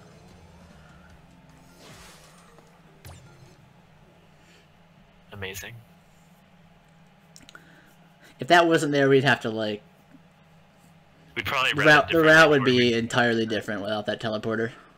It'd be like 102, which you're not allowed to use the teleporter in 102 because no DLC. But that should not be a category. It's not. Let's just forget it's a thing. Now that I don't have record in it anymore, it can cease to exist. Just kidding. Reminder, I took that record just to have all of them. No other reason. Also, it was the worst record in all of NST by far. And it might still be, honestly. I'm not sure.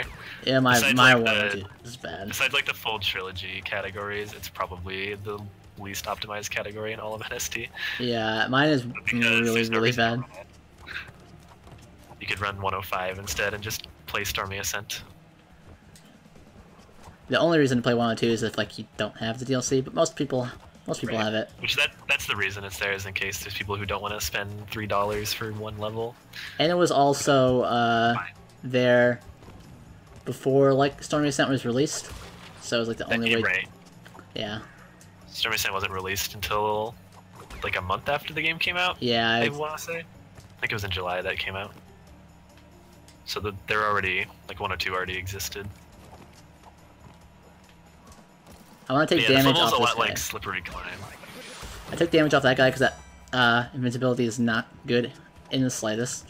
If you get that, you actually can't jump off birds for some reason in invincibility. It just kills them instead of bouncing off them. I think you can. It's just, I don't know. It's really, really, really hard and not worth it. Definitely doesn't save time. But I'm pretty sure you can bounce off the birds. Like, I'll bounce off of the first one sometimes, but die to the second one. So there's a cool skip you can do right here. You just jump down right there instead of going the intended way. Yep. It looks a little crazy because if you practice it, it's actually not that hard. I used to think it was hard till I practiced it. It's one of the very few times in this game where you're going downward, which is interesting. They probably could have made it a little more fun than just a bunch of stairs that end with spikes all the way down, but whatever. So this is the bonus. Fun bonus ahead. Yeah, this is a cool bonus. This is the only original content in the game. It's made by VV themselves. I've never done that before. Oh, what the fuck? Get down from here? Okay. Damage abusing there sounds amazing. Oh yeah, you can land all the way up there. I've only done it once, and I don't know how you do it. I've never did that. I've never done it before. Yeah, you actually can. I was a little confused because I've never actually done that. Almost positive it doesn't help anything. But... No, it does. It doesn't help at all.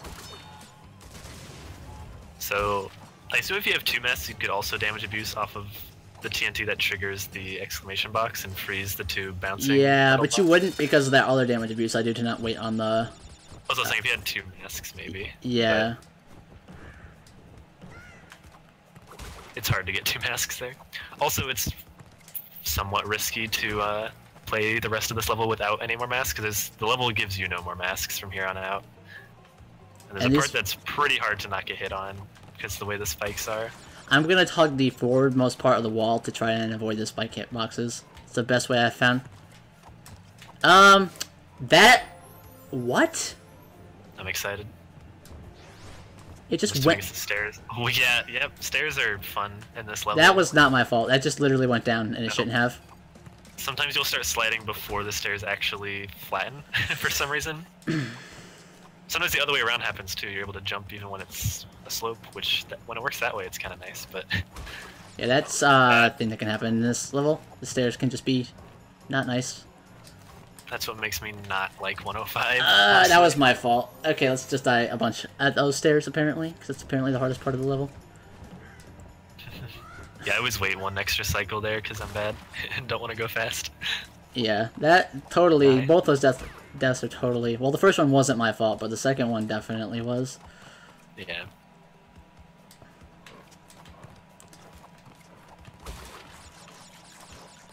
So let's not die in these stairs this time, and prevent. Let's say this climb up is probably the hardest part of the level. Unless you count like the bird cycles at the end, but once you figure out how to get the cycles to work, it's not so bad. So you'll see me hugging the most forward part of the wall as much as I can there. Those spike hit boxes, like if you're in the middle or near the innermost part of the wall, Ah. you get hit like a lot. And there's an invisible wall there. That stops you from running off the front, yeah. Oh my god, what the hell are going on with these stairs? What? What? It literally forced me down there, honestly. I don't know if it's What? Coco or what. That's never happened to me with Crash right there. Interesting. It looked like you were just running down, like... I was not doing that intentionally. I was trying to jump, but it wasn't letting me. It was just forcing me down. So let's do this climb again, since I know you want to see it again. That's pretty annoying. That's, really unfortunate. I'm usually not that bad at this level. It's a rough level, and when you put it at the end of the run, it can be scary. Unfortunately, like, optimally, when it comes to map movement, you could do it maybe in the middle, but doing it early would cost you a lot of time, having to use that portal twice, the teleporter. Yeah, So it's exactly. almost best to do it at the end, but that makes it scary. You could kill a really good run at the very end because of it. For a while, I was doing it in the middle, because once you beat the lab, you could just go up there, right? Yeah, Since that's you're already not in too that part bad. of the That's world. not too bad of a decision. But especially for a marathon, doing it to the end is way cooler to finish it off. I'm gonna wait another bird cycle just to ensure no death here at the end. Yeah. So I'm gonna blame the deaths on the game, except like one of them was my fault on the stairs, but the rest was kind of the game, or maybe Coco. Yeah. Like I don't know. That's the last gem, and for all gems, we just triggered the secret ending rather than fighting Cortex, so we'll be done in a second. Yep. After we go to the Great Hall. Yep. We Do do you want not to have just to fight fight. Cortex? If you want to after see this Cortex, we can. But Might as well do it for fun. We have time. I'll still split when you finish, because yeah. probably not a PB because of No, that. it's not because of Stormy Stormy Ascent? Ascent. It could have been if Stormy Ascent It was might have okay. been besides that. That was really good. Like, besides mask forms that you Besides didn't get. certain mass the forms really and then solid. Native Fortress and Slippery Climb. Yeah. There's actually strats you can do in the Great Hall. You can cut 2 corners. I don't know if Cameron's doing it. We'll watch in a second. Saves a second. I do it. Yeah. It's good. And that's it. You can watch this cool ending. G. No, Yeah, it's we'll not. watch the... Tell me what time it was when you get it. It's 1:47:16. Well, I split, yeah, when it, like, triggers the cutscene. So, which is what yeah, it says. Stormy, I probably lost a minute there, and I probably You only lost... a minute off PB? No, I have a 143, I think. Oh, I do. okay. You haven't seen it in real time, so I don't know. Well, That was still a really fucking good run. it was very Overall. solid, besides, like, Native Fortress and Stormy, that was really besides it. Native Fortress, Stormy, One and... death and three. Yeah, so there's, like... Stormy kind of fucked me in the ass, but Yeah, a little bit. everything else was pretty decent. I'm not mad at that run. Ghost is in chat, hell yeah. And Phantasma Mass is running Pepsi Man after this Yeah. to finish off the whole marathon. So I'll go ahead and fight Cortex and show you guys the hyper jump since you didn't get to see, since you won't get to actually see either of those in the run. Yeah, since we finished 13 minutes ahead of schedule. Might as well. Hyper jump, that's a good idea, yeah. I don't think there's anything else in particular to show off. That should be good. I'll fight Cortex and then I'll show that off.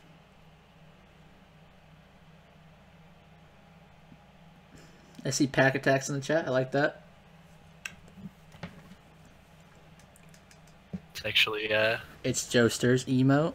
I didn't know Yeah. Kaiblade was subbed to VJoester98. That's pretty cool. I gifted it to him. Oh, He yeah. was blown away by the speedrun. It was the most impressive thing he'd ever seen. It's really impressive, actually. It's also just an amazing fucking game. I saw you bought it. Yeah. Sometime next year I'll learn it. Get So, ready yeah. to your thumbs to fall off. Here's Cortex. It's not that interesting, but I'll show it off. We could fight him since he's in the game. You can do it. You can speed up this fight by like a second. I kind of found recently, but by practicing it a bit, if you The green orbs that actually end up damaging him, if you jump out and up and then spin them, overall it'll save you a second across all 5 hits, which is kind of cool. But it's, I haven't attempted it, so you risk dying. Like, you risk dying to Cortex, which is not good. I believe you could technically, for the last hit, with the way the rules are, jump out, spin the orb, have him die, and then you also fall and die. Well, let's miss a hit on him just for style. I tried to jump out at it, but then I realized, oh yeah, that one goes low. So yeah, you can't jump out at that one. There you go. That's Cortex. Go and show the hyper jump Cortex. There's a cool ending sequence there too, but yeah, we'll skip that one. Everyone's breaking Ghost's pyramid.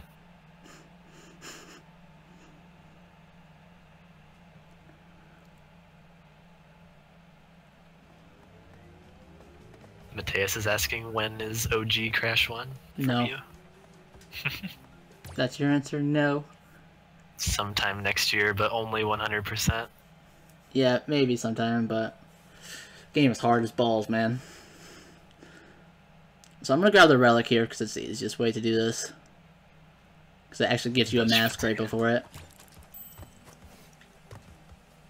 Yeah, if you do the time trial, it's really convenient actually. It's like they knew, and they give you a mask immediately right when you need it. Yeah, it feels that way. It definitely feels that way. Fun fact, I have 2nd place in the time trial. Just practicing for the, like, any % pass of this level. Yeah. Well, 3rd place, but I don't consider it 3rd place. Because that one, whoever hacked the leaderboards. Oh, do they have it now? Yeah, probably. Yeah, someone finally hacked the leaderboards to have first in everything with 0.1 seconds. It's amazing. I could show that too, I guess. The in-game leaderboards. There's no individual level leaderboards on speedrun.com. It's mostly, pretty pointless because of the in-game leaderboards. There's in-game ones, and I don't think anyone would really run them.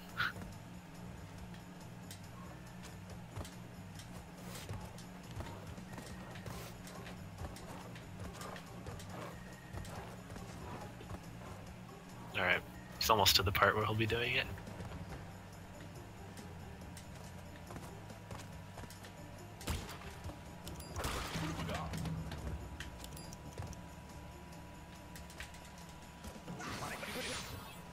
And there we go. Nice and clean. Yep, oh yeah, no warning. Yeah, you just jump into the spike and fly off onto the top of the wall. Dev time or unsub. It's gonna beat the dev time, promise you.